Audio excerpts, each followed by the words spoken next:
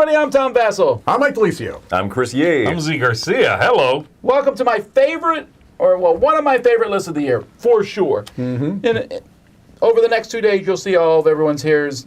Well, you already saw Chris's top 10 games from 2023. You'll see some more tomorrow, and we'll see ours on Thursday. And I like talking about the best games of the year, but the surprises, they just make me happy. Mm-hmm. These are games I wasn't expecting much from, or most of mine I just came out of nowhere. Expecting, yeah, they're just surprising. Came out of nowhere. To be fair, all of my 10 are negative surprises. I hate all these games. We've never done that. They shocked me.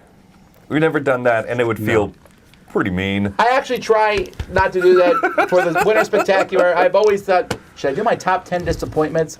But it just, no. We've already been negative. This is a positive. Celebrate. Merry Let's Christmas. Celebrate. Merry Christmas to you, Tom. I gotta be clear. Good afternoon. Good afternoon. My surprises weren't all things that came out. Actually, many of them were not things that came out of nowhere. That's not why they were surprises for me. Usually, they were surprises for me because they're the types of games that I typically hate. And this game broke the mold. That's it. That's a good way to put it. If it broke the mold, though, that means they can never make more of them. That's correct. Yeah, one of a kind. I don't normally like deck building games, but I like this one, and I'm done.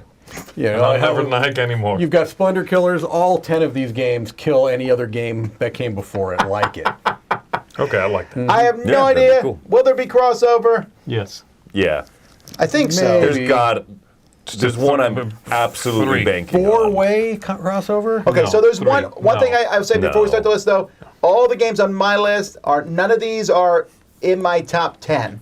So there is, for example, a big surprise to me that was like an amazing surprise, but it was so good it made my top 10. So that's not on this list. Yeah. I also have none of these are in my top 10. Right, same. This is my top 10. No, none of these are in my top 10. On Thursday, it'll be like, see 2 days ago. Next. Well, same Surprise, time. number 10 is... All right, well, here we go, starting with Chris.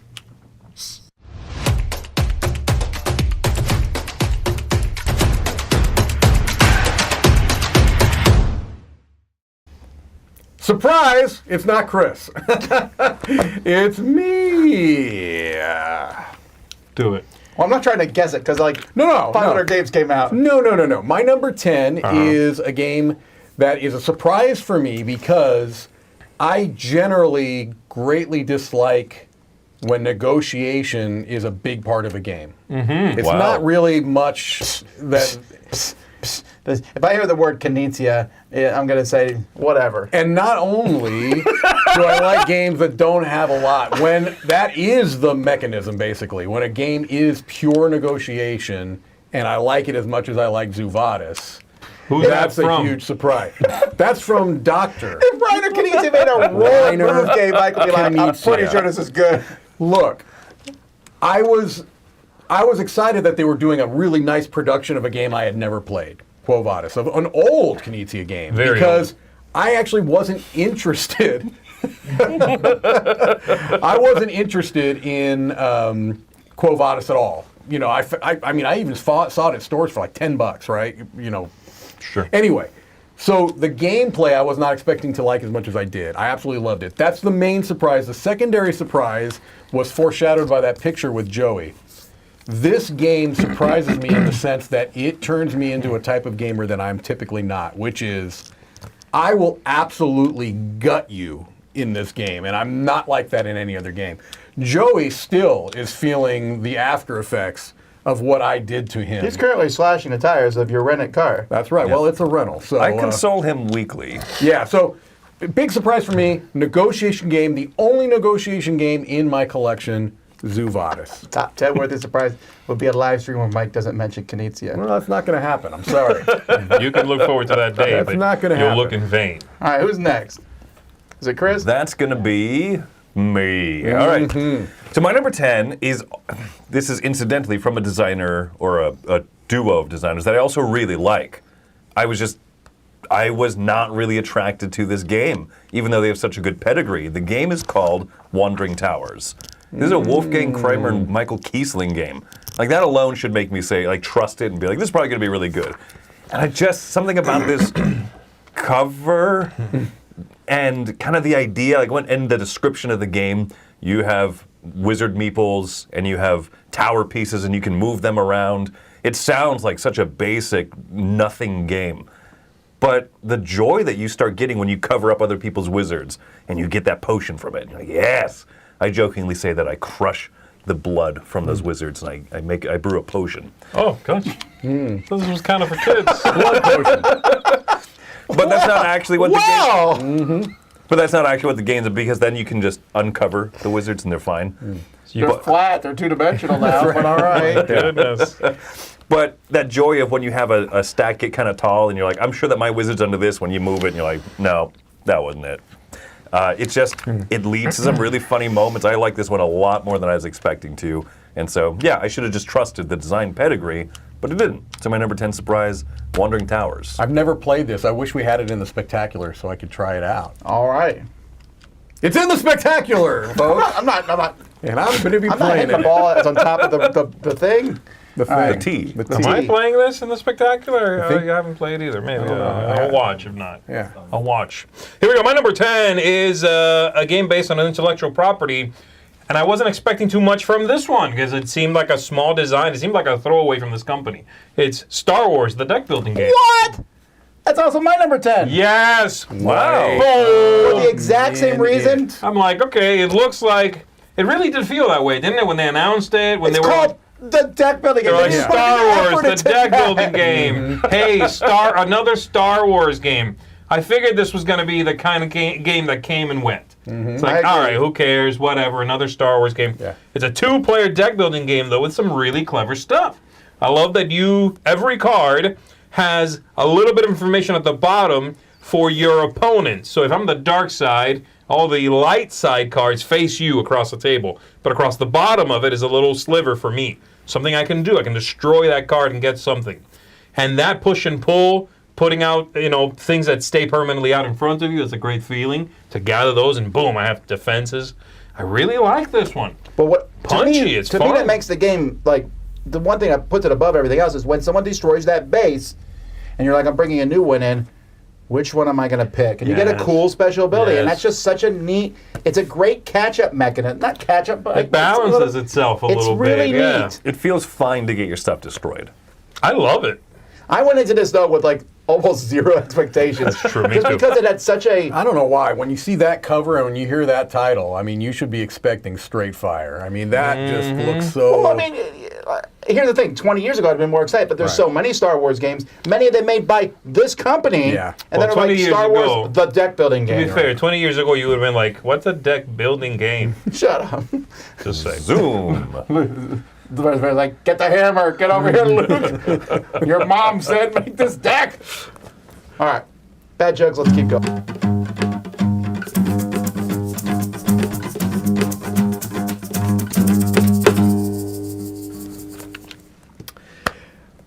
I have demonstrated many times over the years bad here attitude. on the Dice Tower a bad attitude and an even worse memory. Okay, I don't like memory games. Tom's going to Better be be- mad better because be- he Is doesn't Kinesia like this. again? No. Oh, okay. Is this Trio? This is Trio. Trio My is not a number 2023 game. is yes, it is. Nana's not a 2023 game, but Trio is. okay. So this is based off of a Japanese card game called Nana. But What year did that come out? huh? 2021. Well, yeah, whatever. Tom So- was looking it up because he was eligible for his list. Right. So Trio is a game that is essentially memory, and it's essentially like a Go Fish, gamers Go Fish, and it has no business being as fun as it is because it's a game when you hear the rules, you're like, what is the game? And then you play it, and the first time you might be thinking, what is the game? And then you play it again. And then you play You it asked again. yourself, "What's the And then game?" you play it again, and you kind of get it after a while, I think. You just get into the flow of it. It's an absolutely charming game that when I first heard what it was about, I didn't play Nana because like up until right before this came out. Because I was like, I heard it, and I'm like, yeah, this is going to be one of those games where it's a darling for a little while and then whatever. But I played Flash it. in the pan. It's not a flash in the pan. So you're saying this is bigger than The Crew? This is better than The Crew. What's that? What's that game? I've never heard of it. Okay, this is the bad memory showing itself. My number 9 is Trio. All right. Good pick for you. My number 9 is my IP game that I expected it to actually just be a complete dumpster fire. Intellectual property. Yes, yeah, IP, intellectual property. So this is based off a video game. The board game is called Elder Scrolls V Skyrim: The Adventure Board Game. And the only thing longer than the name of this game is playing it with 4 players. It's really not really... Did you play with 4? I played it with 3. Joey played it with 4. And so I was like, wow, I surprisingly like this game. And so Joey took it to his home and his group. He played it. He called me one night and he was like, Chris, this is bad. And you almost never hear that from Joey. Yeah. And I told him, like, okay, well, play it with fewer players. Solo, 2 players, it's incredibly fun. Just like the video game, there's a main plot that you can go through. But because it's a board game, you have to hit the main plot points. Eventually, the game puts a little timer on you, but you can just go side quest, side quest, side quest. You want to go hunt some vampires for a while? Yes. Yeah, you can just kind of do that. It's really great as a solo game because you can just kind of have as much fun and then eventually get back to the main plot line.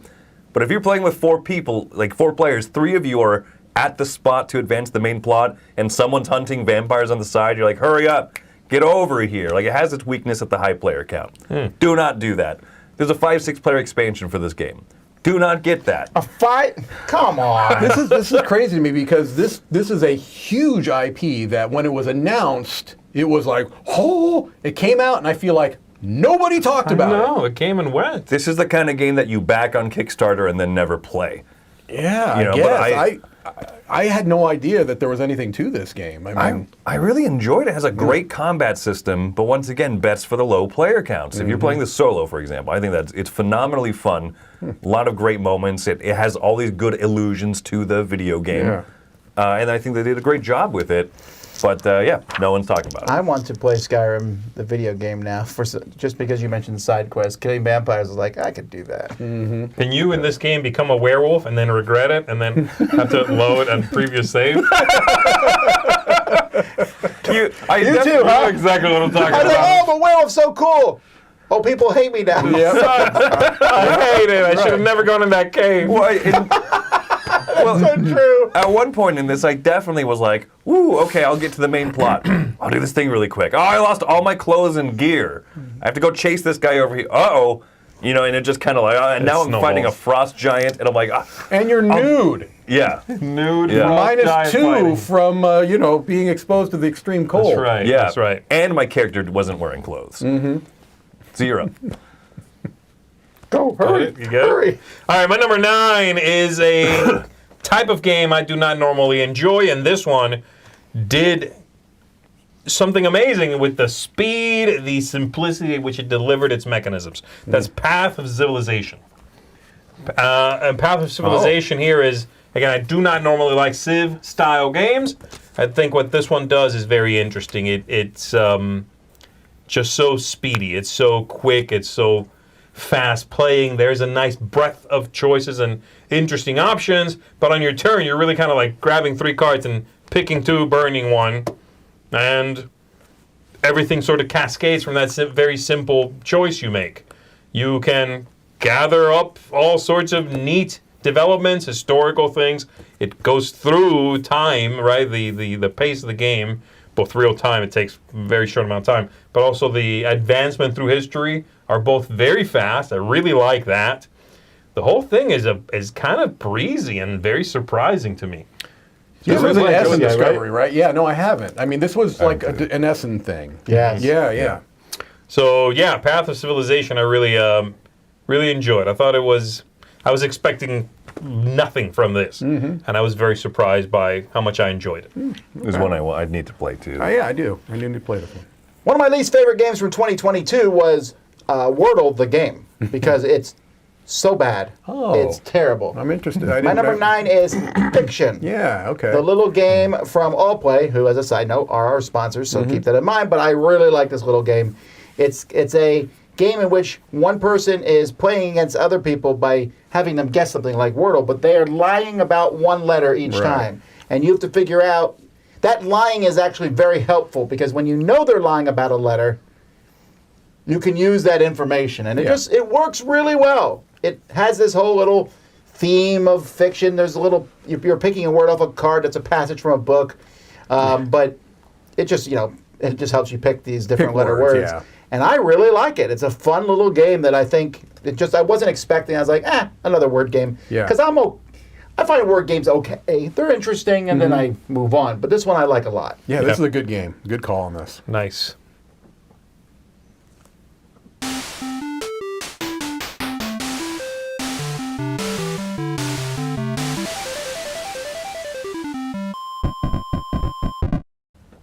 And we're back.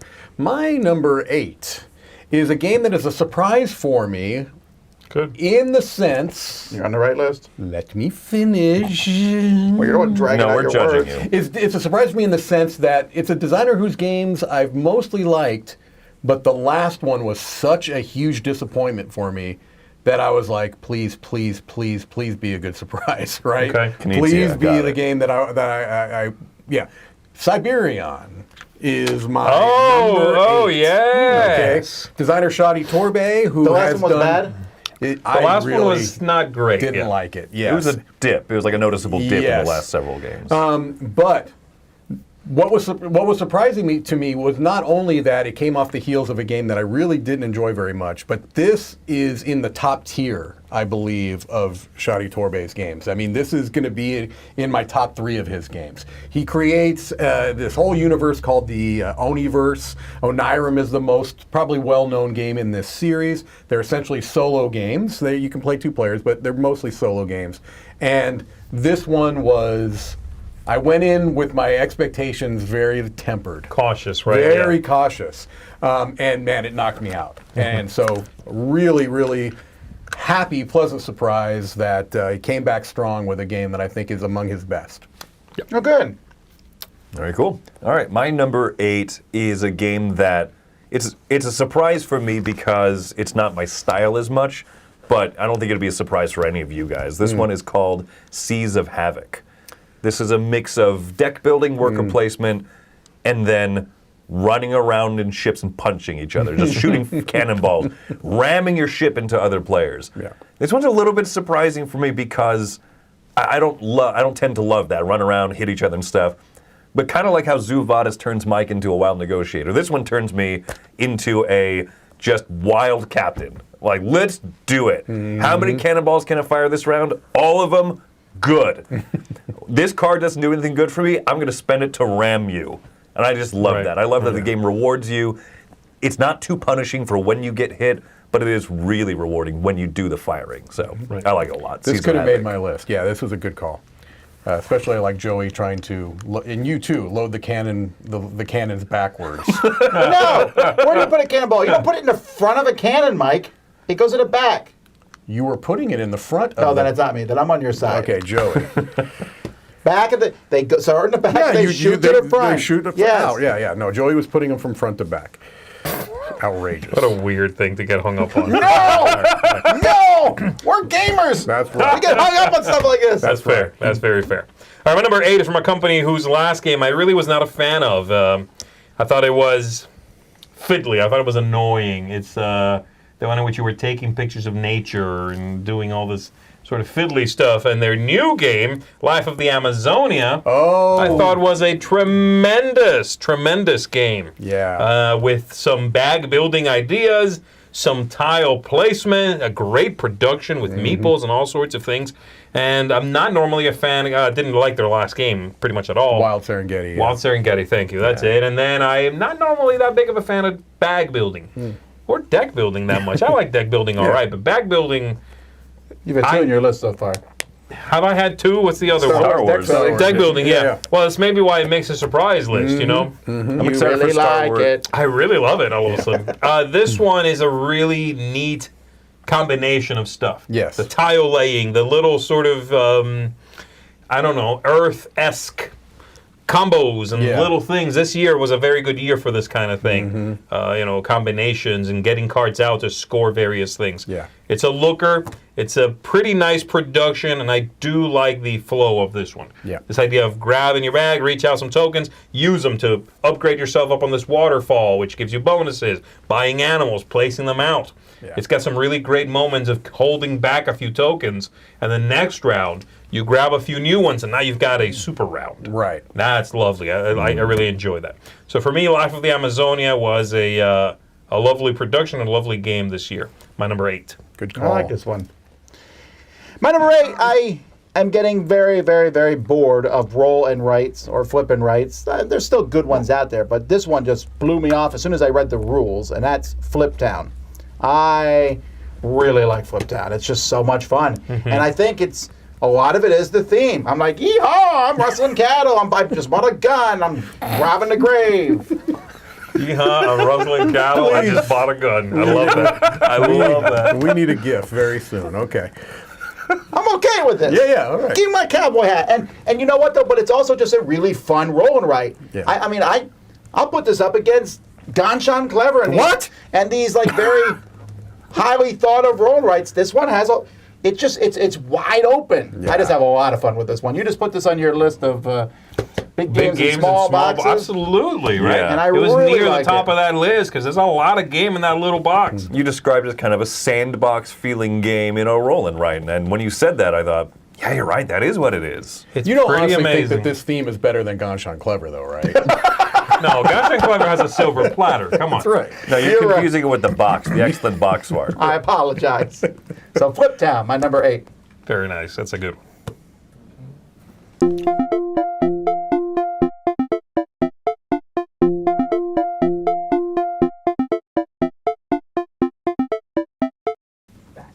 All right.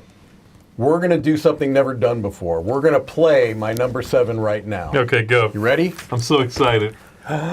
Rock, paper, scissors, shoot! Ah! You got. My number 7 is rubber, paper, scissors. That's fantastic. This game, when I heard it, I'm like, okay, I'm going to get You it. said rock, paper, scissors. I by the know, way. I should have said rubber, paper, scissors. I didn't want to give it away right away. What is this? I've never even heard of this. We have it here. I got it at Essen, and apparently you got it at Essen as well. And this game is rock, paper, scissors, basically, and That's what tic-tac-toe. Two very lowly ranked games. Two games that are, just ridiculous combined, and the combination works. It should not work. It really should have. Absolutely Have you played this, works. Tom? I played it several times. Yeah. I really like this. Yeah, one. I like it a Yeah, lot too. I actually. sat down and played it, and expected it to be like, okay, let's get this off the thing so I can say I played it and then be done with it. And we ended up playing it like 5 times in a row. It's also super, super, super It's short. very quick because it's rock, 9 paper, It scissors. also and fits in. Me and my tic-tac-toe. son played this on the train. Yes. On a tray. You can play it. Basically, you rock, paper, scissors for each square in the tic-tac-toe. Right. And whoever wins, there's 2 tokens there, one face up, one face down. The winner can take one of the 2 tokens or put their marker in the tic-tac-toe slot. And then the loser gets to do one of the other 2 options, and then the winner gets the remaining option. Right, And that's there's, it. There's going to be a tic-tac-toe at the end, a scoring for that, and then there's scoring for the tiles that you've taken. But there's also 3 tiles in the game that if you get them, there's 3 crowns. It's a shoot the moon. You win the whole You game. win.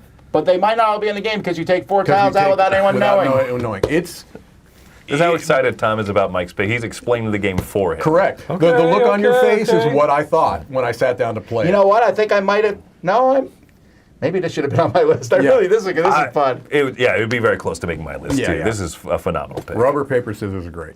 We'll be reviewing this in a couple weeks. Ooh, I want in. Okay. All right, my number 7 is the opposite. This is a giant game. Scissors. I don't know the opposite of rubber, paper, scissors. Go ahead. Where I tend not to enjoy a lot of these big kind of very interactive, overproduced type of Kickstarter games. This one's called Scarface 1920. I was just say you just put Skyrim on your list. Come on now. Yeah, well, and both are surprises because they're not my bread and butter type game. But this is so fun. This idea of building up your gun running and rum running empire, or your beer and stuff, and you're doing all this stuff in 1920 Chicago. It has a little bit of a deck building kind of mechanism in it. You can add cards to your array, and some of those people on those cards are just despicable. They're terrible. And then you're like, but they have a really good ability, so I'm. I'll take the assassin. Thank you. Yeah, it's terrible, and it makes that theme just very fun. It's very palpable when you're playing it. There's a little bit of area control. You can kind of fight each other for some of the businesses. Just a lot of stuff that I shouldn't like, and yet it's wrapped up in this system that is just so fun. It is at its heart about building a good engine, which I like a lot, and so this is a strange game for me to really enjoy, but I like it.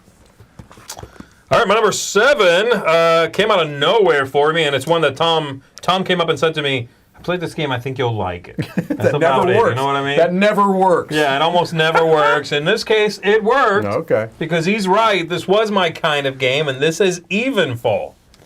Evenfall is a card-driven game at its core. There's a lot of cards with special abilities. That right there is very interesting to me, but this one was just not on my radar. And I'm not sure I would have put it on my radar based on that cover. It's a very attractive cover. It's just not telling me a lot. I would have seen this and gone, I don't know, it seems like it's going to be a heavy, I don't know, miniatures game, a very deeply fantasy game or Funny, something. because the cover makes me want to play it. Yeah? Nah, I'm like, yeah, it looks cool. Have you but played it? No.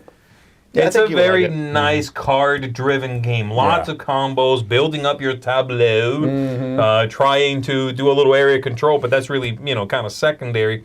The concepts, the things you are doing, the interesting card play. It has a little bit of a, what's the one that you compared this to a little bit? The Elysium, was it? It's a Elysium? little like Elysium where you can use cards while they're up here, Or but you want to bring 'em bank down. them Yeah. for scoring I things. like that. It also has a little bit of a feel to me of the Portal game, Empires of the North. There's a little bit of that A in little it. bit of that. Yeah, I really like this one. It's got lots going on. It's not one that would hit the table all the time for me, but what it does very well. And it just, like I said, came out of nowhere for me. So Evenfall, my number 7. My number 7 is a little card game that I'm pretty sure I'm the only person here to play because it looks like mass market, and it probably is mass market, and that's Romy Rami. I don't know how to pronounce it, and I looked it up, and It's Randolph, so yeah, it's kind of going to be mass markety, right? yeah, Randolph, and this is just, I mean, you look at that, you're like, okay, I've seen this. And all the game is you are taking turns drafting cards from the middle and then spending those cards to complete missions, which will need 3 of one kind and 2 of another. And that's the whole game, but it plays so fast. You draft some cards. And this is a game I'm like, wow, I could play this with anybody, and it works like a charm. I was just really charmed by this because it was just so simple and quick to play. Very high quality cards because Randolph makes quality do. Right, games. right. Dumb name, but you know what? I don't hate the fact that the cards just have that one symbol on them and you're just picking up groups of them and turning them in. I like that a lot. So it's a quick little game that stocking stuffer, Romy Rami. I really like it. Romy Rami, the San Francisco treat. Roy.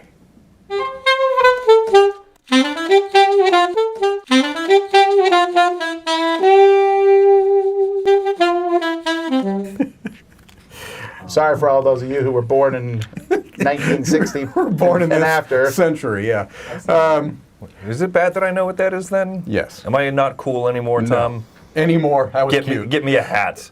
Apparently I'm not cool. Wait, what? Hold on. Shut up. What just happened? My number 6 is not a surprise in the sense that it is a trick-taking game, and I've been very, very high on trick-taking games this The rest how's last it few a years. surprise? Isn't the rest of your list actually trick-taking games? Check again. Oops, all trick takers. No. My number 6 is a surprise because it's a combination of mechanisms that doesn't feel like it should work. This is Stich for Stich. Okay? I'm sorry, what's it called? Stich for Stich, which means stitch by stitch. Or stitch by stitch in English. This was released at Essen this year. It's a Zoc game. And it's a trick-taking game combined with a logic deduction game. And what's very cool about it is it's a one versus everyone game where everyone gets to be the one once the game around, ends, right, once everyone has done that, Okay. the overseer. And so it's got this idea where there is a suspect or a culprit and a weapon, and you are trying to guess the correct combination. And you're doing this by playing cards into a trick, and then the overseer, who knows the correct thing, is going to tell you which cards are the winning cards. Oh, I see. And based on a series of rules, right, that will kind of give you an idea of a hierarchy, right, you have to make some guesses based off of that, some logical, deductive conclusions, and then. It is not cooperative, it's competitive, and so the overseer is going to score better the longer it takes for the people to guess correctly. Okay. And the guessers, the sleuths, are going to score based on how quickly they get it. All right? So really... Is this coming to America? I wonder. Zach doesn't bring They don't do a lot. games. The game came with English instructions. I mean, it was a multilingual rule book. Most Zach games do. Yeah, I'm hoping it comes because it's a first-time designer, and I'll tell you the truth. I don't mean to be like name drop you or whatever, but I had never heard of it. I'd never heard of the designer because he was a first-time designer. He came to the booth. Oh, never mind. That's why he likes it. No. I mean, I had a 2-second conversation with him. He's like, I know you like trick-taking games. If you're interested, you're I up. had a new one. There you go. That's what Mike said. So I was like, No, that's how it's- Mike does it. If you ever come to any of our conventions and we have a booth, you'll see. You get 2 seconds, okay? Pitch quickly. That's correct. I work with Mike, and I only get 3. The guy was That's like, correct. trick taking. Mike's like, sold.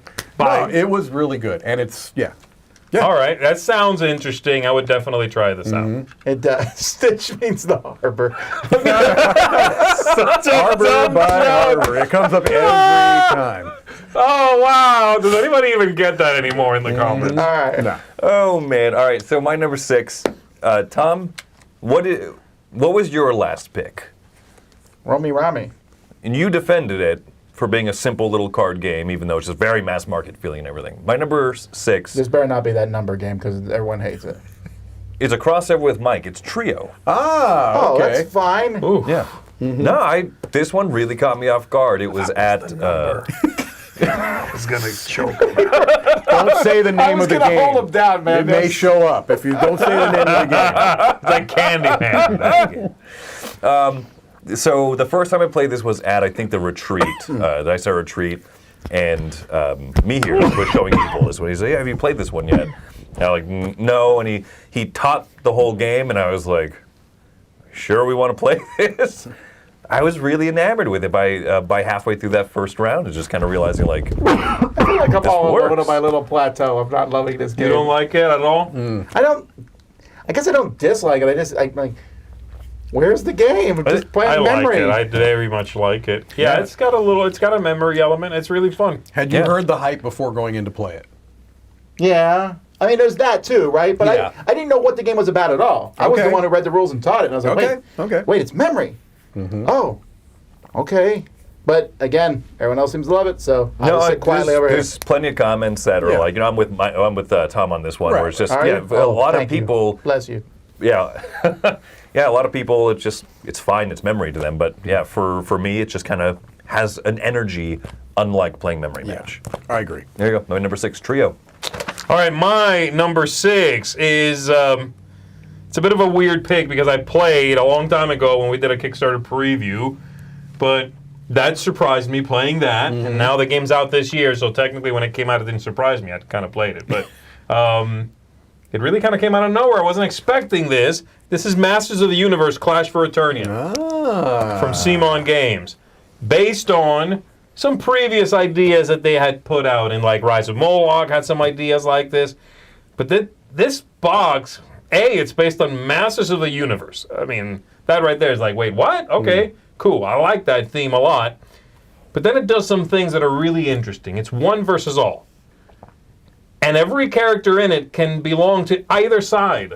Yeah, it's crazy. It does this whole thing where like not the bad guys are not always on the one side and all the good guys are on the all side. Those things are swappable. And you can mix and match any character for any one side. The mission structure is really interesting. The way that the two sides sort of go about what they can do mechanically is very interesting. It's an evolution of a few ideas that Simon has put out, and I think this is a really nice place they've arrived at. This game manages to be quick, to be punchy, to be effective. It's got great combat. It's goofy, I mean, because the theme is so should be goofy, right? goofy, yeah. But it's also robust and well put together and mechanically sound. I really enjoy this one. It was like, again, it was sort of a surprising thing. I remember you playing it when we first played a preview of it, or, as for a preview, and we thought the same thing. I think we're like, wow. I was in that game. No, Yeah. Mike, you weren't even I born was yet. in that game. You thought- want me in that game. You need me in that game. Go back to eating your rice-a-roni. Just to be clear, we don't need you in any game. All right, moving on. Oh, Oh, That's right. It's too soon. somebody timestamp that. No. HR. He's never going to financially recover from this. All right. My number 6 is actually, I think, the first 2023 game I played. To the point where I was like, wait. How did you make a top 10 list if you've only played one 2023 game? Anyhow. Ah, yeah. That was terrible. That was fantastic. Woof. Anywho. You wanna This is a switch game seats? that sounds not by Chris? particularly interesting. Looks like it's a big, complicated game, but it's actually pretty breezy and fun to play. And that's Rebuilding Seattle. Which I bet you all forgot this game existed. I forgot it because I didn't particularly yeah. like it. Oh, you didn't like this one? I did not like this one. I really You liked thought this was one. breezy? I definitely thought it had a lot going on. Well, okay, I guess breezy is a wrong word, but it definitely, It is. but it definitely doesn't feel. It looks like a big giant game, and it really is. You're just, you're drafting, you're taking different actions, but they're mostly putting these little tiles out in your area, and you're trying to score things. But growing the neighborhoods in your tiles, moving things up, I felt like there's a lot of fun options, and it has a really fun push your luck to ending a round in this. You can decide kind of when a round's over. But I don't really want to do it, and you don't want to really do it. And finally, someone does it because someone has to do it at some point. This one's a cool game. It definitely... I feel like it's already on discount shelves already, Yeah. Yeah. It had some neat ideas that I haven't seen in anything else. And it managed to have a little bit of like an economic undertone to it. A little bit. It had some neat ideas. I also didn't love it necessarily. I think I liked it more than Mike. But I don't think I loved like it it a either. lot. But it was interesting. Yeah, I was really charmed by it, but you enjoyed it the most. But it's surprisingly smooth, despite having a lot of things. Yeah. So Yeah, there's a lot of pieces. You set up all these tiles, you're like, okay, here we go. And I just thought it played pretty easily, and I like the idea of you build different tiles. Some are for money and some are for points. And then you want population moving in, but not too many, because then you got to pay for them. I don't know, I just enjoy it.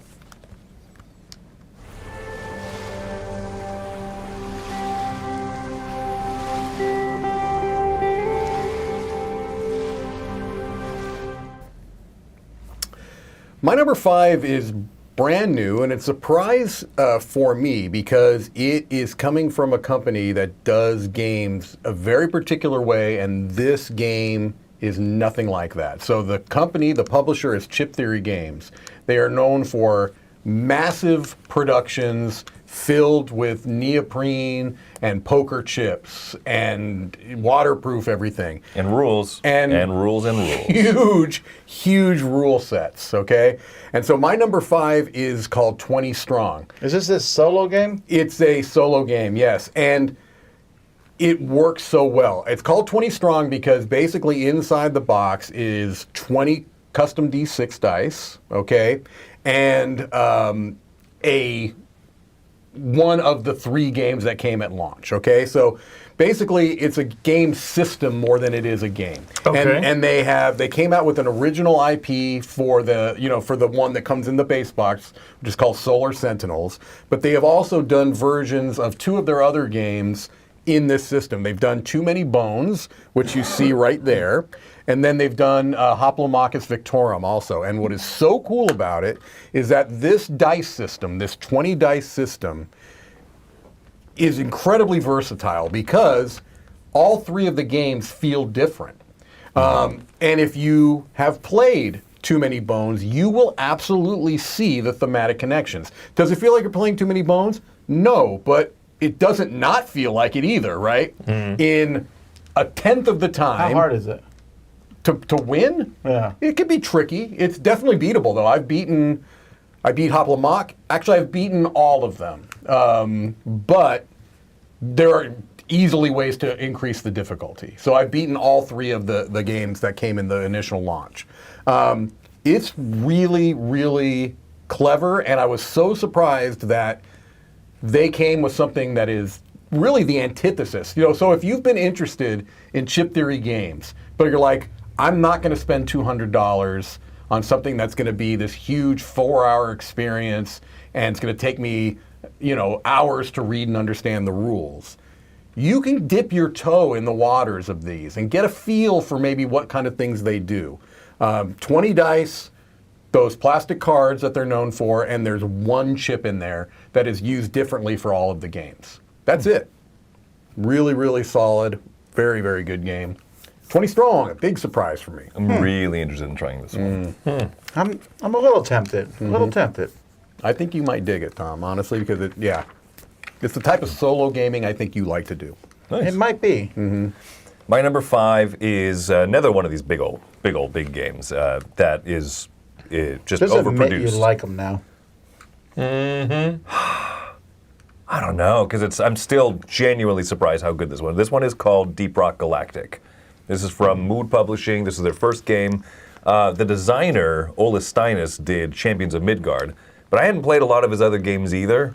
And so I thought, well, I know that he's made some good stuff, but this one was just such a blast. You are 4 asymmetric dwarves that are mining in outer space, going around blasting all of these just really overproduced but beautiful bug minis and stuff, and you're trying to complete these different missions.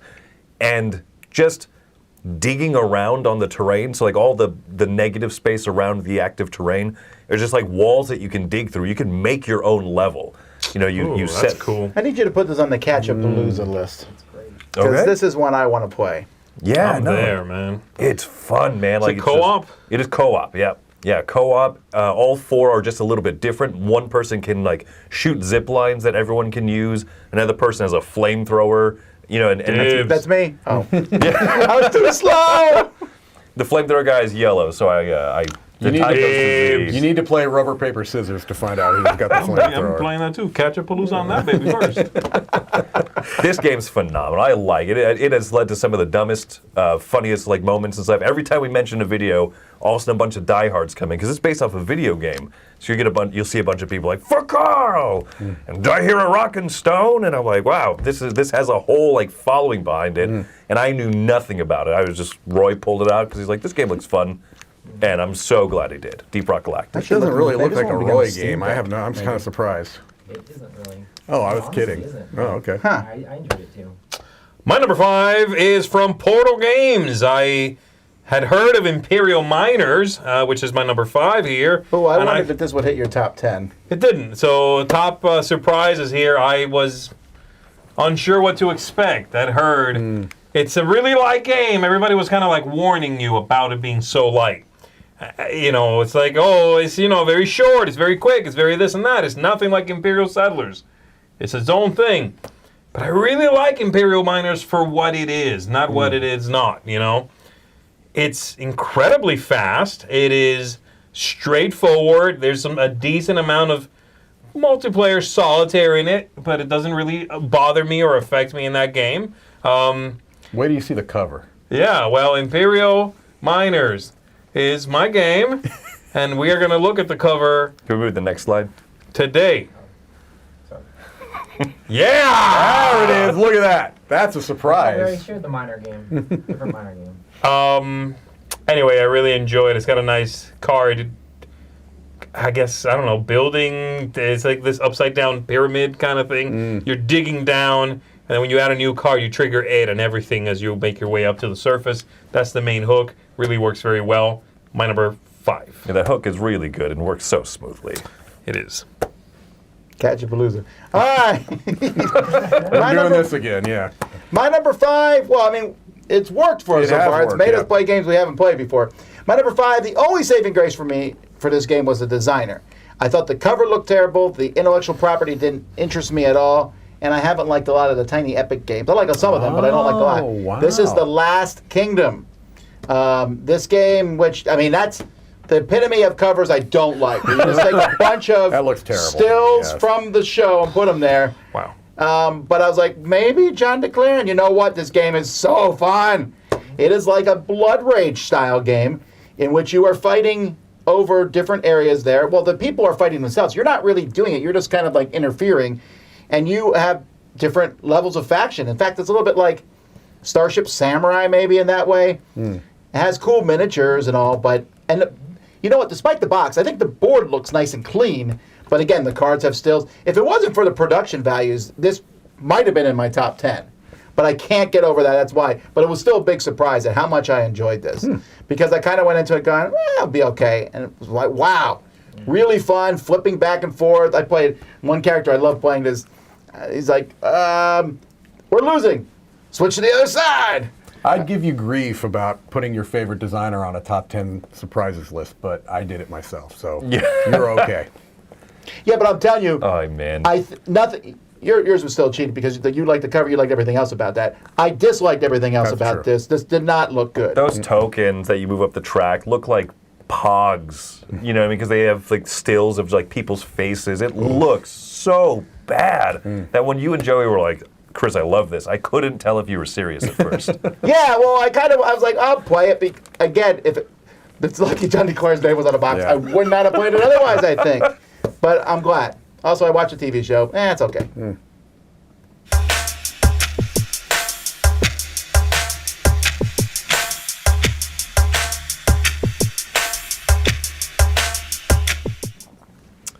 All right, my number 4 is a similar scenario to Siberian, where this is a follow-up to a game that I was very disappointed in.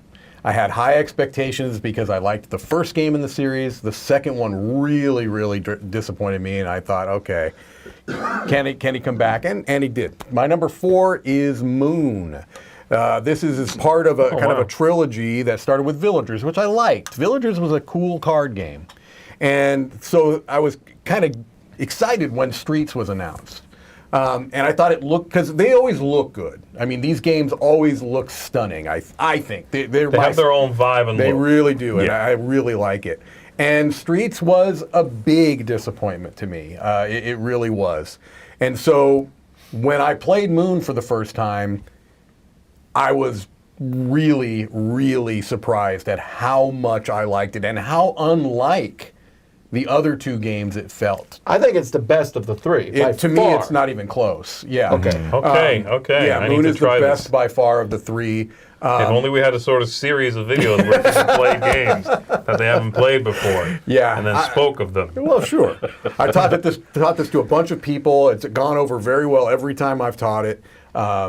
It's really essentially a card game, and it's a very, very clever card game with some resource management. I really like Moon a lot, and I was But the surprised. one very innovative thing is, The so it's card a drafting passing their game. powers. You pass it around and you draft the card, but there's one card that you never use. It's just a special power, and when it's in your hand, you have that power. You have the option to That's play it on your cool. turn, and that power passes to the next player. So everyone plays all the powers.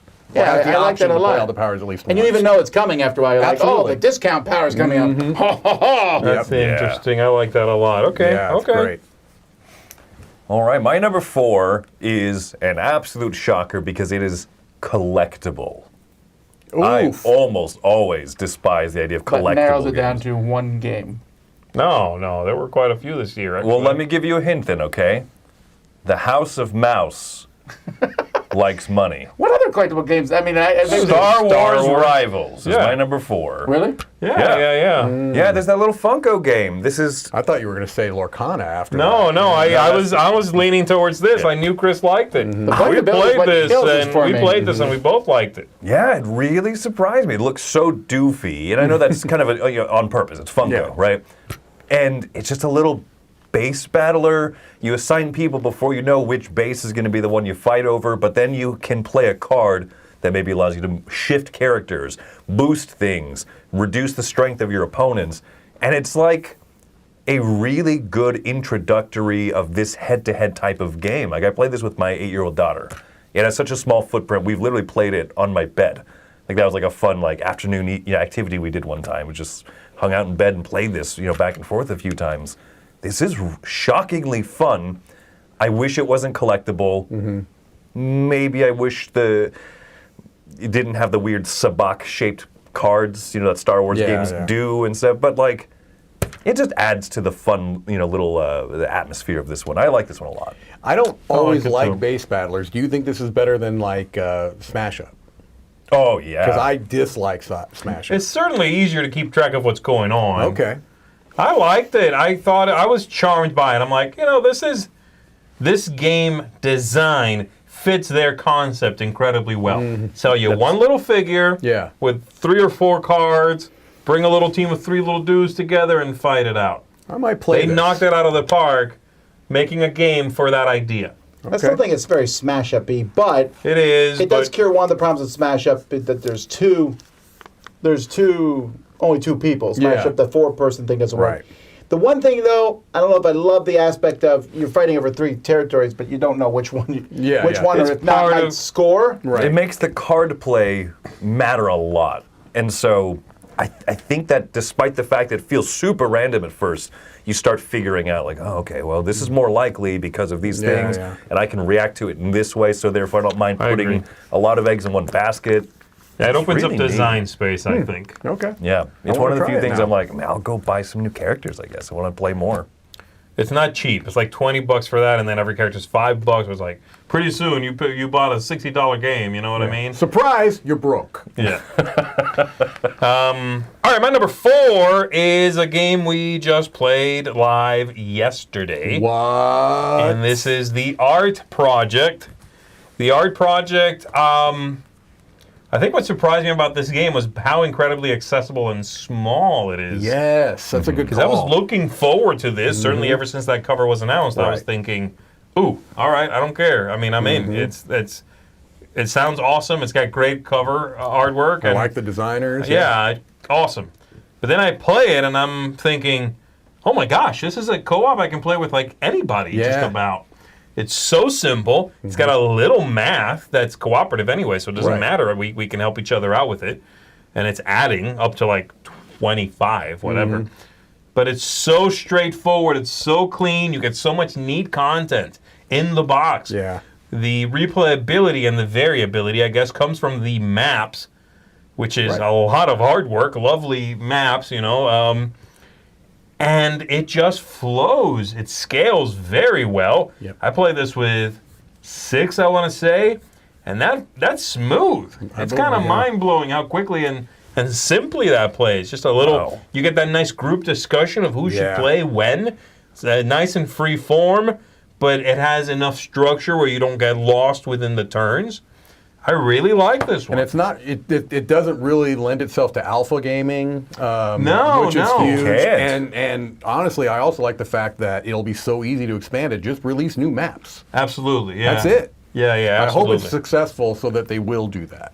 Right, right. Good amount of information on the card laid out Yeah. so simply. You're like, well, Yeah. I've got a good, juicy decision, and I'm just kind of looking at like a few different symbols and Yeah. being like, yeah, I'll throw my weight here. Yeah. It's a good call. I didn't consider it for this list because I was expecting it to be good, but Right. maybe Yeah. not as good as it was. Well, in the ways. And I also wasn't expecting it to be so versatile. Yeah, right. I can teach Yeah. this. I mean, this is one that's going to come out when other co-op games wouldn't. I could see this. It's got a cool theme, Yeah. right? I'm like, oh, it's about reclaiming artwork, and we're like, da-da-da, spies. And you roll dice and count the total. I mean, can like, see this being really good to teach at conventions because you can play in large groups. Yeah. You won't have to be looking at the rule book. Yeah, it's good. It's good. So my number 4, The Art Project, excellent, and it's being reprinted by the Op, so Yeah. you'll be able to get your hands on it. Yep. Thanks, Jan, for the super chat. Yes. Thank you. You can get it now, by the way. It is available. Yeah, there you Yeah. go. All right, look, if you play 5 or 6 bad games from a publisher, and they are the only, like you've never played a good game from this publisher, why would you play it again? Right. And yet I did. And finally, it was a good game. That game is Surfasaurus Max. Yeah, I knew that was going to be. You know, Loosey Goosey, the reason I keep giving them a chance is because their names are so ridiculous. And you're like, And they are. I've met these people, I think, at Essen. they're super nice. And they were really kind. There was a Yes. couple. I happened to be walking around. I remember, it's coming back to me now because their logo looked like their booth. It was Yes! Like, it was bright pink booth. Yep. It was such a good-looking booth. Yep. And they were lovely people. I'm glad to hear this is a good game. And here's the thing. I think we got 2 new games from them. I played the other one first, and I was like, not that good. I was like, one last chance, and I really like this game. So this is the first semi-co-op game. I think that works. Okay. Wow. Because what it is you are playing cards face up in the middle, and the best poker hand wins of all those cards. Okay.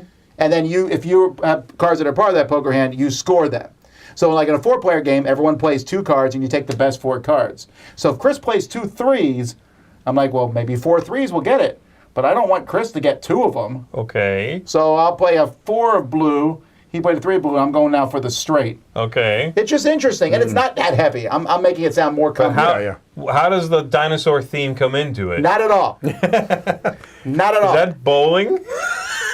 What am I? Is that a coconut or a bowling ball? It's a coconut. Yeah, no, but that look is great. The look is great, and there is an actual wooden dinosaur that you put on that. See that surfboard card? It's to show who you are. Of course. You put that on top of that card when you go first, which is a big deal because drafting first is nice. Yeah. Or playing first is not always good.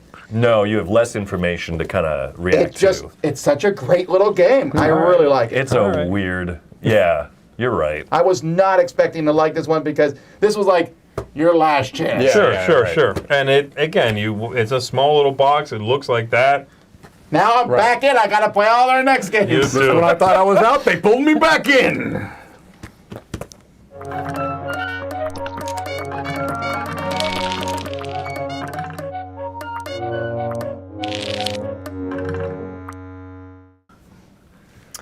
All right, my number 3 is a surprise in the sense that I tend to dislike all of these types of games very much. And by these types of games, I mean games that are card-driven with almost like the collectible card game system. You don't like that stuff. I do not like that system very much at all, honestly. And this game came along, and that's really what it is, and it just knocked me off. I almost didn't make this list because it almost made my top games of the year. My number 3 is Veil of Eternity. This is such a good game, and it is it's compact, right? It is a tiny little package, not tiny, but it's a small little package with, I really like the art in the game, but it's driven by cards. It's like a collectible card game type of a system, but for some reason this one is just at the edge of being not so complicated and convoluted that I get lost in the weeds, which is what I hate about those games. Keywords and this and that, but it's not so simplistic that it's play by numbers by any means. It has a lot of interactivity, even some negative interactivity, which I typically don't like, but it never tipped the scales for me in this game. It's just such a solid game with a neat look, different types of cards, that are like what are they, like ice cards and fire cards and stuff like that. Sure. But yeah, I really, really like Veil of Eternity. There you go. So you can kind of see you're kind of playing out these tableaus, and cards will trigger off of other cards, and you can affect other people's things a little bit. But yeah. It definitely has that feeling of a trading card game in a box. Yes. Non-expandable. It's all in there. And I tend to really dislike those games. Yeah. This one's really good. Interesting. I didn't play this one. It didn't jump out to me, but now I'm curious. All right. You two have played it, yeah. I have. I like it. I like it as well. My number 3 comes from a company when you have 5 bad games in a row from the same company. This is Surfasaurus Max. Oh, wow. What? Really? Wow. Yeah! I think, I say this heads up, I think that you might enjoy kind of the flow of it, right? The idea of Sounds good, yeah. trying to make a poker hand, right? You play out one card, everybody just goes around adding one card. You go around twice. That's it, and you evaluate. The full coconut, half coconut is because if there are ties with scoring, you score half the points of the card. And so it's like not just a good game, but it's also thoughtfully produced. Your full point value scoring cards go into the full coconut. Your half value cards go into the half coconut. That's really good user interface for this game. They even have the half points written on them, so you don't have to sit there and go, what's half a 6? Oh, that's cool. Although you should know that, but I mean, you can just but the count odd them. numbers, you don't have to remember. Yeah, they have it in the middle, right? Yeah. Full coconut across the top and half coconut right there at the bottom. Yeah. Yeah, That's cool. It has the rule book works, which I can't say about all of the previous games. No, this is easily their best game and easily better than all their other games combined. Yeah. My goodness. Yeah, no, I really enjoyed this one. So yeah, Surfasaurus Max, my number 3. Thematically, though, right? Thematically so cool. What's happening? There's actually one of the dinosaurs in the picture is sleeping, coming in on a surfboard. He's just asleep. And that's how the dinosaurs went extinct. Got right, it. you know. Is that guy surfing asleep? All of them. You shouldn't be surfing when you can't use your arms for balance. you can't. Yes. My number 3 is a card game for 2 players. Speaking of Surfasaurus Max there, this one is actually very thematic and about a very specific topic. And a bit of it's kind of war game-esque. This is the Battle of Versailles. The Battle of Versailles is about a very specific event, this fashion show, in which French designers and American designers sort of had this kind of exhibition / face-off to raise money for this Palace of Versailles. To repair the palace, renovate the palace. And so in this game you are playing head-to-head, managing cards, managing special abilities, putting out dresses, and inviting special celebrities, and doing this tug of war, playing some mean cards on each other. I mean, this is a nails and teeth out kind of game. And it's sort of a war game-esque feeling, concept, with a theme that could have nothing, couldn't be farther from war, and yet it manages to really be thematic and bring you into its world and show you how cutthroat this is, and how like a war it was historically between these two groups of designers. It's a really interesting concept, very well done game. It's got lots of cool stuff going on, but you have to be okay with confrontation, because this game is nasty. It is very confrontational. I really do kind of think of it like a battle game. It says it right there, but don't think it's about like putting on a cute fashion show. This is cutthroat. It's the war game term for it is card-driven game, and that's what it is. You're sitting there with your hand of cards, going like, okay, we're going to be playing out X number of cards this round. I'm going to do this nasty effect, but I think I'll wait a little bit so that they have, they feel more comfortable with their dress situation, and then it's going to go to pot. And this publisher's done those types, like with The Hunt, that kind of a thing where you're like head-to-head battle games, but with this theme that subverts your expectations. Absolutely. It's very neat 2-player game. One of the best 2-player games this year. It's a phenomenal pick. I can't put it on my surprise list because at this point, Salt and Pepper Games is just, I've enjoyed almost everything they put out, but I'm really glad that you're mentioning it. Yeah. My number 3. My number 3 looks like a terrible product. And wait, you just had Draftosaurus Rex. No. This one, I can't criticize the art because I found out the art was done by children from India, and I was like, oh, okay. Wow. But children from other countries, they're on the chopping block. Well, anyway, and also the preseason this game go to help these said kids. Sure. Oh, I know what game this is. This game is hooky. Man, this game broke my brain. This is excellent. This does not look like a game, especially when you see the cards. Does not look like anything. Like it looks like a kid's let's learn the alphabet game. F is for friendship. But what this is it's a very hefty deduction game. It's rough. Where there is a letter, 3 letters missing. These kids have run away or whatever, or they're playing hooky. Yeah. And you need to figure out what that is by giving each other words like Wordle to other players, and they tell you how many of those cards they have in their hands, because the cards are spread out through everybody. And it's tough. You're sitting there going, I love it. It's so crunchy. If you like crunchy deduction. But I just think, unfortunately, that game doesn't look like crunchy deduction. It's right. So people are going to pass it by. I agree. And I also fear some people are going to buy it because they're like, yay, let's play this, Johnny. Let's and then Johnny's hooky. crying and weeping. Johnny will cry. Yeah. C is for crying. Yeah, Yes. I was crying. Someone else, the designer did pass away. James Miller, one of the nicest guys I've ever met. Very, very friendly guy. Yeah. So that's why I played it, because I was like, well, I want to play this last design. But this is a winner. If you like heavy deduction, which I do, but I was not expecting this. Yeah, this was a game I appreciated, but I was like, man, I feel real dumb right now. Yeah. Real dumb. This was very, very good. Yeah.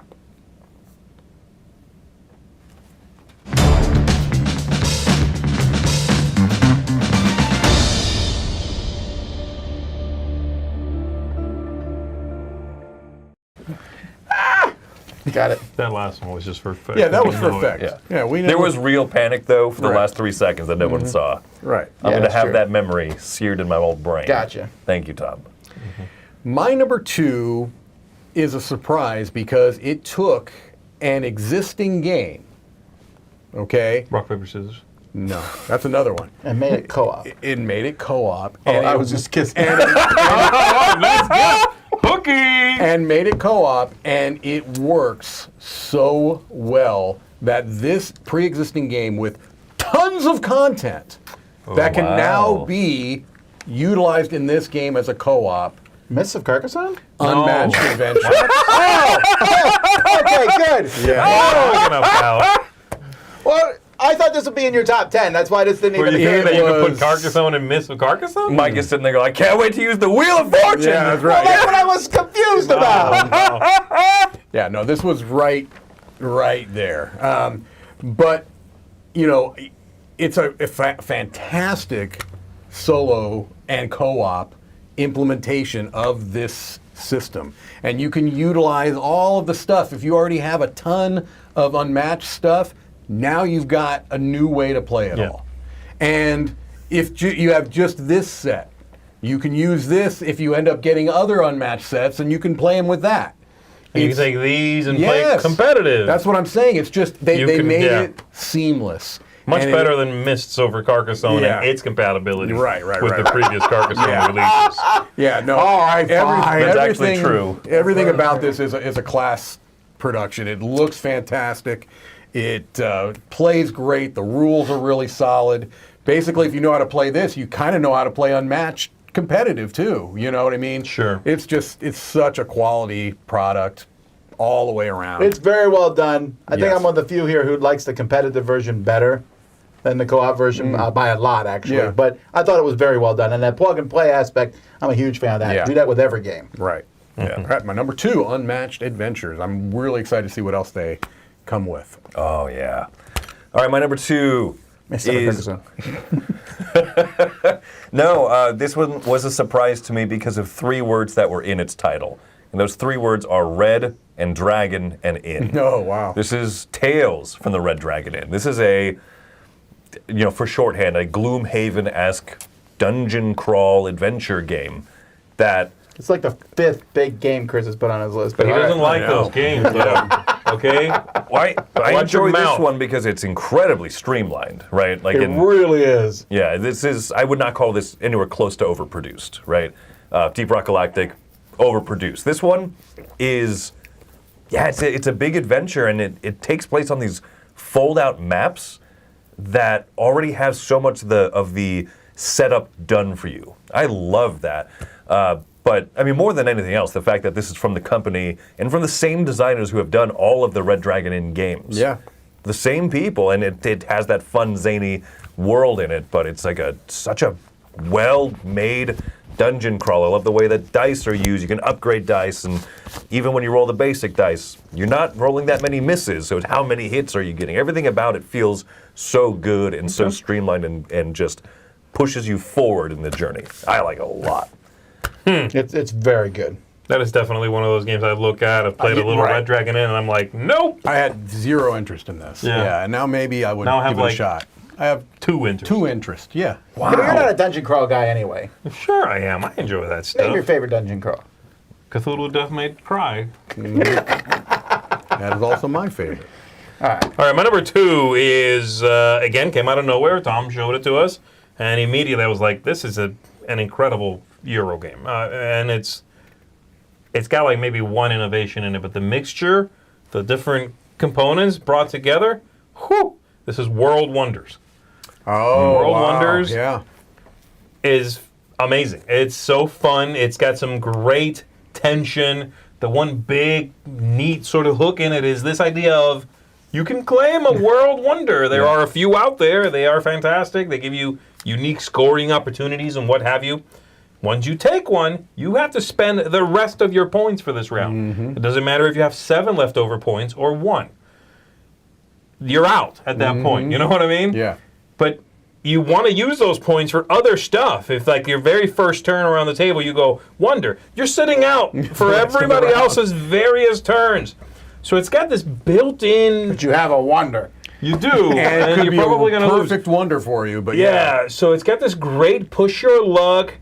It's a little bit like no thanks. This feeling of, can I let it go around the table Yeah. one more time? You know what I mean? Like I'm putting a chip out and I'm going to let it go around the table one more time before I take this thing I clearly want. This has that feeling of, I want that wonder. I can't pass with this many points. Right. I'm going to take this one road. And then you just sit there and chew on your lip while everybody else hees and haws. Yep. And you're like, do not take that wonder. Right. I'm passing on my turn. I want that wonder. And this jerk over here right before my turn goes, I'll take this wonder. You're like, And the thing is that it doesn't feel like a gotcha. And this is a big thing to me. No, it doesn't feel like no. a gotcha because it's open information. And you can see that they can claim that wonder if they Absolutely, want to. And absolutely. they can see that you can claim that wonder if you want to. Yeah. But it's a little game of chicken. yeah, it is. And that's why you'll sometimes claim a wonder when you've only spent one action point. Sure. You know? It's got a nice polyomino vibe, great table presence. Simple to play, too. It's got a nice kind of flow It to does, it. yeah, It's an easy game to digest. I really like this one. World Wonders is an excellent game. If you like Euro games and you like something with some scope to it that's still digestible and easy to play, you want to try this game out. It's a game that feels like it should be multiplayer solitaire because you're on your own little board. It is not Yeah. very interactive And game. it's not even just the wonders, just the Right, yeah. any of the Any tiles. of You're like, that do not stuff. take the L shape. I Right, need right, the L right. shape. You're, yeah. And the tower, but you fight over the Right, tower. right. Yeah. Oh, yeah. Yeah. There you go. That's my number 2. My number 2 is the heaviest game, I think, on any of our 4 lists. Maybe. But it definitely is a very hefty, involved game, and I normally do not like games that go this long Oh, and wait. are this involved. It can't be this. That's going to be on your top 10. It's very asymmetric. I like it a lot, and that's Hegemony. I thought this was in your top 10. No, and I'll tell you why it's not in my top 10, because I don't want to play it all the time. Right, You know, right. It is long and big, and I can no longer play it with our local game group because they all are such experts at it now that I would just Right. get massacred. Oh, but wow. Hegemony, this is about government. It's best with 4 players, and you play one. You're playing the working class against the middle class against the retail, the entrepreneurs or whatever they are. Again, one party is playing the government. You all very different things, and it's a big giant. You have different actions, different things. It's all affecting this. It's very thematic. I mean, extremely thematic on how everything goes down. And it's such a neat game. And I'm not normally a big fan of these kind of Lacerda weight games because this is definitely there. It's definitely there. If I had to teach you this game, we're talking like an hour, and that's with me knowing the game decently well, but Yeah. you have to, like, some of the stuff you got to figure out on your own because you have your own board with all these actions, but it makes thematic sense, and I like that. Government closed their hospitals. The private sector's like, whoop, we're raising our prices, baby. You know, it comes together in Wow. a really neat way. Scoring is different for each player, too, and the government's helping everybody out at a cost. I like it. Wow, okay. Okay. Not going to play this. No. I'm not even trying to get you to play it. Pass. Hard pass.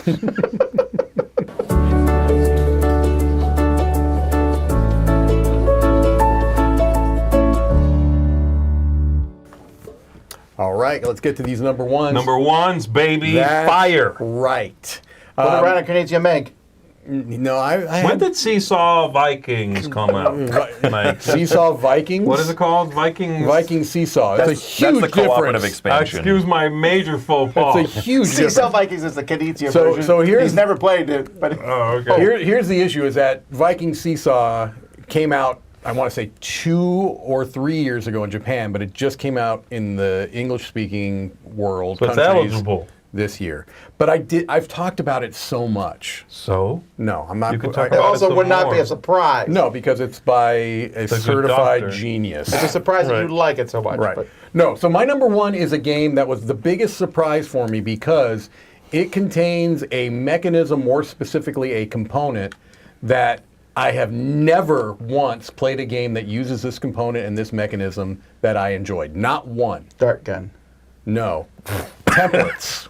I hate games that use templates. Oh, My number okay. 1 is Redwood because they work Redwood so of the South Tigris. fantastically in this game. And it makes thematic sense too. The way That I agree the on. way that these templates work, and that is essentially the game. The game is trying to guess which templates are going to get you in the best position to take photos of what you want to take, and then the other template is your lens, the lens of your camera. Are you going to have a wide angle lens? Or are you going to have a narrow focus lens that shoots further afield? But you can't try these out. You're having to look and use spatial reasoning to figure out the best that you can. And it's brilliant. I can't see this game working any other way. This board looks very different. This must be the deluxe version. This is my version.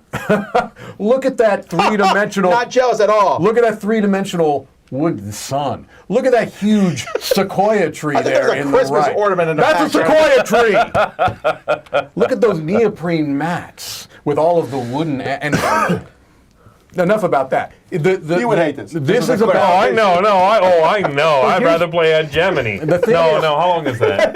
You would not. This is You'd a rather very, play this is a very short What are you game. talking And about? Z, I was with you. I've never played a game using templates that I've liked. Never. This Right. works. This absolutely works.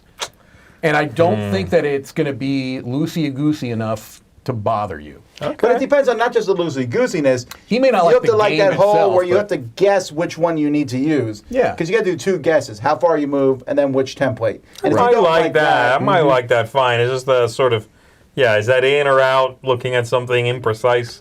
I don't think it's very imprecise. I think it's pretty good. The camera lenses are, I think, very good Yeah. at it's in or it's out, and you Yeah. can kind of tell. Yeah. Okay. Yep. So there you go. That's my number one because this is the only game I've ever played with this mechanism component that I have liked, and I like it a lot. This was on my weird games list. I didn't put it on this one because I was expecting to really like it. Okay. I thought it was going to be good, and I'm glad I was right. My number one surprise is a crossover with one Mike DiLisio. Oh my goodness. By a certified genius named Rainer Knizia. Because I'm about Seesaw Vikings. Zoo Vadis is my number one. Wow. Makes more sense coming from Chris. Yeah, it does. I really do not like heavy negotiation games, and the first time that I was offered to play this, hey, do you want to jump into this game? Oh, sure, we're at a convention. I'll play kind of whatever with people. Okay, it's a straight up negotiation game. And anything else? No, that's it. Oh, okay. But I was enamored with it after that first play. Just the amount of wiggle room for negotiating for things that this game offers you Yep. in a very simple rule set was. I thought that was great. I thought it was super classy and allows you to kind of be weird like Mike is in this game. Yeah, it definitely brings out a side of me that no other game does. No other game does. I'm actually. This game might drop a point for me for finding out about Mike. I mean, I thought it was nice, and I saw him in his game. And then you were like, "Whoa." Joey was crying. Mike was like, "Work with me." Joey wasn't Or crying nothing. about that. I was actually just straight up kicking his shin over and over again under the table. Wow. You want to That's move what back? his sentence was going. That's right. Wow. Look, there's many ways to negotiate. Right. The first time that I was about to move a peacock and someone said, I'll give you 2 chips not to move that peacock. Oh, I'm making money to just not do something That in this game? particular game, I was in that game, and Chris basically won because people were paying him to not do things. That's pretty interesting. It was amazing. great, It was such yeah. a weird, and it Did he it's reach for it played again? differently. Yeah, right. It's like, How many times can I get paid? Yep. that's gonna have you guys keep paying me. Nothing's binding. All right, my number one is had a lot of red flags for me. It's a passion project. It's got that Kickstarter first timer thing going on. It's about a topic and seemed to be really like getting into the nitty gritty of a very specific narrow idea and topic. And I'm like, again, it has all those red flags, Yeah, basically, when yeah. you're like, it's about one thing, one person really passionate about this one thing. Never designed a game before, as far as I know. But I really did enjoy Trailblazer, the John Muir Trail. Oh, wow. Really? I still need to play this one. I thought this was very well done. It's a Euro game. It has some set collecting in it. You are collecting cards that you're going to utilize to traverse this path. It's got these really neat little notebooks on a ring, whatever. That's probably a term for that. I don't know. Which tells you kind Spiral of notebooks. Yeah, it's No, got no, like the your little, like, Like Oh, index those cards. things, the Book of Time thing. Yeah, yeah. you know, the they're- flashcards when you're in Yeah, school. Yeah, and it sort of has like your recipe for the next day of climbing, of hiking, and you're trying to match that. You're on a tight schedule because you have to advance every round of the game, except for maybe twice in the whole game. So you could not hike at one day and then another day, but you better not miss another one. Right, Or you right. fall behind and won't make it to your destination. It's a very interesting game. It's got a lot of neat stuff going on. Lovely production. It did not get lost in the weeds for specificity, and I think that's also important.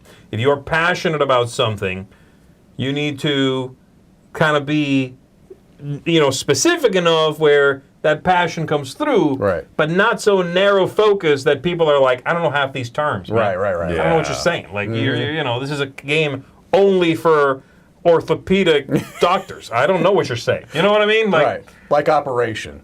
like Operation, okay? That buzz, I don't get what it means. Right. But no, this one did a good job of balancing those two things. It's a very nice game. Came out of nowhere. Even again, I was a little concerned about it, but it's fantastic. Who here has played this? Oh, you've played it. Okay, so I don't know. I'm just thinking Catchapalooza, maybe. I mean, it could be Catchapalooza is what I'm getting at, Anyway, that's my number one. Tom, what was your number My one number surprise? one, I didn't of the want to year? play because the name is really stupid, and it Again, looks I'll stupid. remind you once again, Draftosaurus Rex was already on your list.